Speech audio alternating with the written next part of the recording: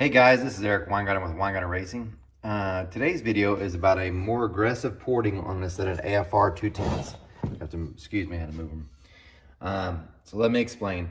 Hopefully by now you've seen another video where I did some port work on a set of AFR 210s, but it was, I wouldn't say a mild port job, it was a complete port job.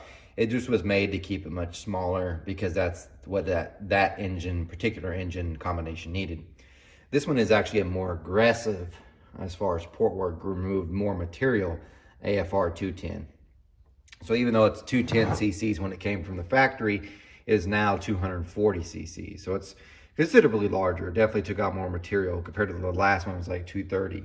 And I'm going to tell you kind of what I've done. I won't give away all the details, of course, but anyway, just kind of show you. First off, several people might be asking yourself, why did you start off with an AFR 210? Why didn't you start with the AFR 220? Well, I have before. I've done both, but I really wanted to start with the 210 because I wanted to see if maybe I could alter the short side shape better, because the 210 has more material on the short side compared to the 220. So maybe I can make my shape fit into it better instead of having some of the material removed that I would need there, and so on and so forth. So that's what I did. To be honest with you, I can achieve the same results with the 220 after looking at these numbers, but I like this one, and I'm pretty happy with it, but it took quite a bit of effort to make it happen. So let's just go through it. When they come stock, the AFR 210 has a 208 valve. By the way, these started off as a race port, not the competition. These started off with a 208 intake valve. They now have a 210. And they still have the 1600 exhaust valve. It has a 50-degree intake valve job and a 50-degree exhaust valve job. This is more for a race application, obviously, so that's the point for it. I like the 50-degree stuff on the more racier side when there's more lifts. So anyway, because the port itself is smaller compared to the 220, it also allowed me to make the bowl bigger in different ways, which also helped. So I'm gonna lean this head back. So as you could tell, left the vane in, but I did move some of the material from this part because it was taking up some of the bowl area. But I made, of course, the bowl got bigger. And as you could tell, that's a brass sleeve. Let me get a flashlight so you can get a better view. This flashlight hopefully doesn't hurt anybody's eyes.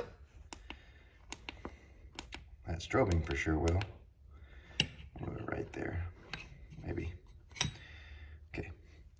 As you can see, that's the brass sleeve that's there. That goes to this head bolt hole. And I haven't showed you how I've done this before, but you can kind of see where it's there. It doesn't go all the way to the end because I leave the deck surface thick. The idea of that is to prevent cracking, because some people, I've seen this on mostly darts.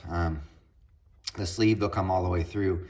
And I wouldn't think it would matter, to be quite honest with you, and I have no real reason why it does, but because if you think about it, that sleeve's only removing 15 thousandths, but I have seen some where they've cracked this way. I never bring them all the way down to the end anyway, so it's actually sitting on the step. Anyway, so there's that. The throat itself's 91.5%, so it's definitely bigger than it is stock. Sorry about the strobing. That light does that for this camera for some reason. Anyway, the bowl's bigger, but you can kind of get a perspective here. Let me move the light just a little bit. Maybe. There we go. I can get a better perspective of the short side itself.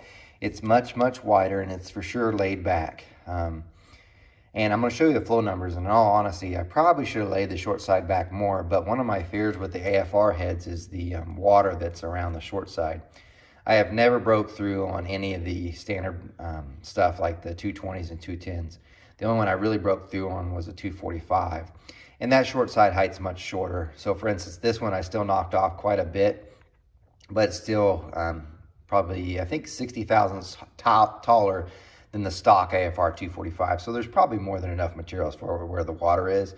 But I still don't want to, I probably should have laid it back more, but it's one of those fine points where like maybe it'll be fine, but then maybe it won't be, and I don't want to hit water.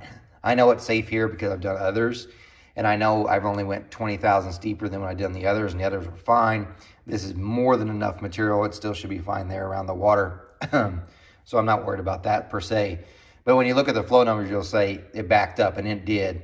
And so it probably needed either one more area here or laid back more. And looking at how wide this is and the area through this way, it really just needs laid back more. Couldn't happen. Well, I mean, I shouldn't say it couldn't, it can. There's probably still enough material, but I guess I was being more safe than sorry. So as you get a better idea of that. Still very wide. The exhaust port, since it happens to be here, the exhaust port did get mildly modified.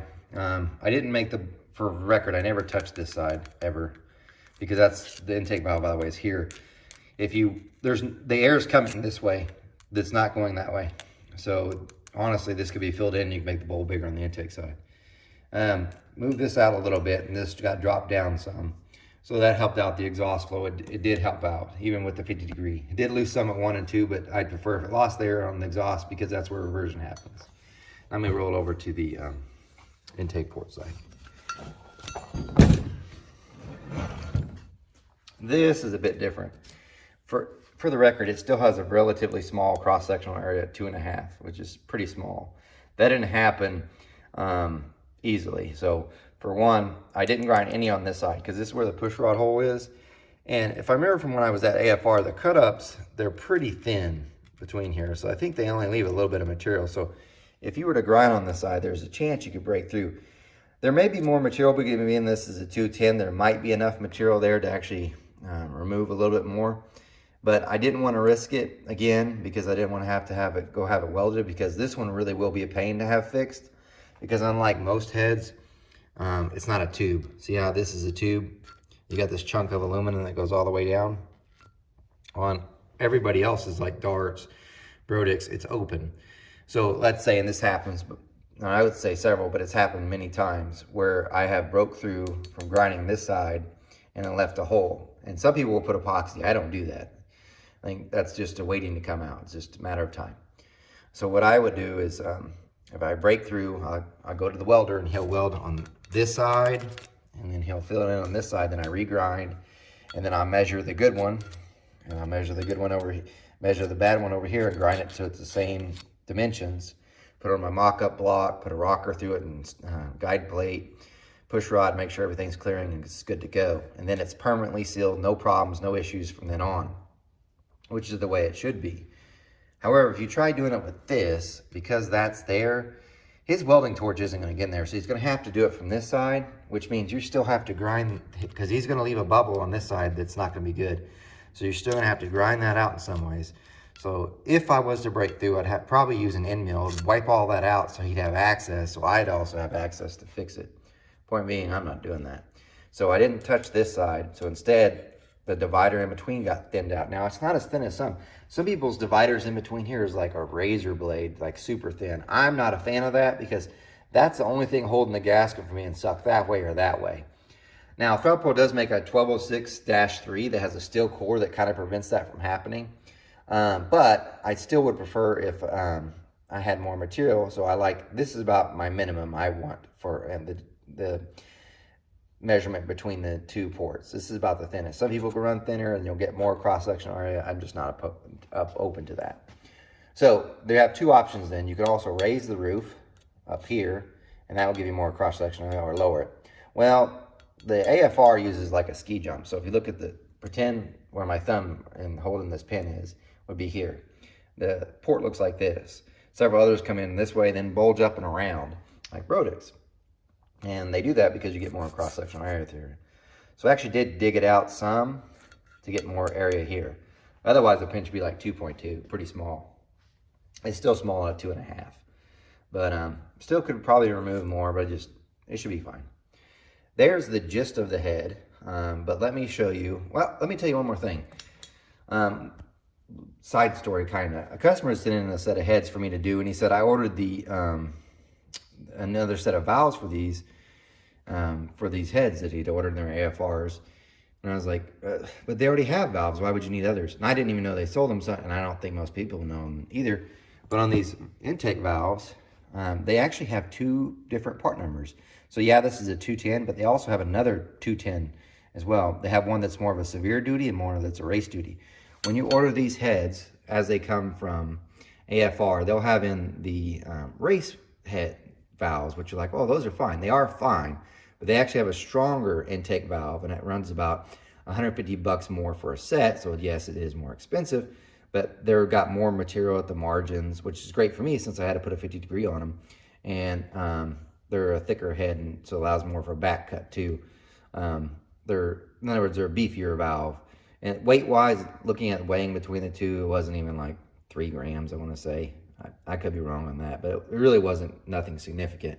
But since I have to do the refacing and stuff, it makes a difference. So just for those that ever order AFR, you can get this as your dealer. There are 2 different types of valves. One's more of a severe duty, and then they have a race one.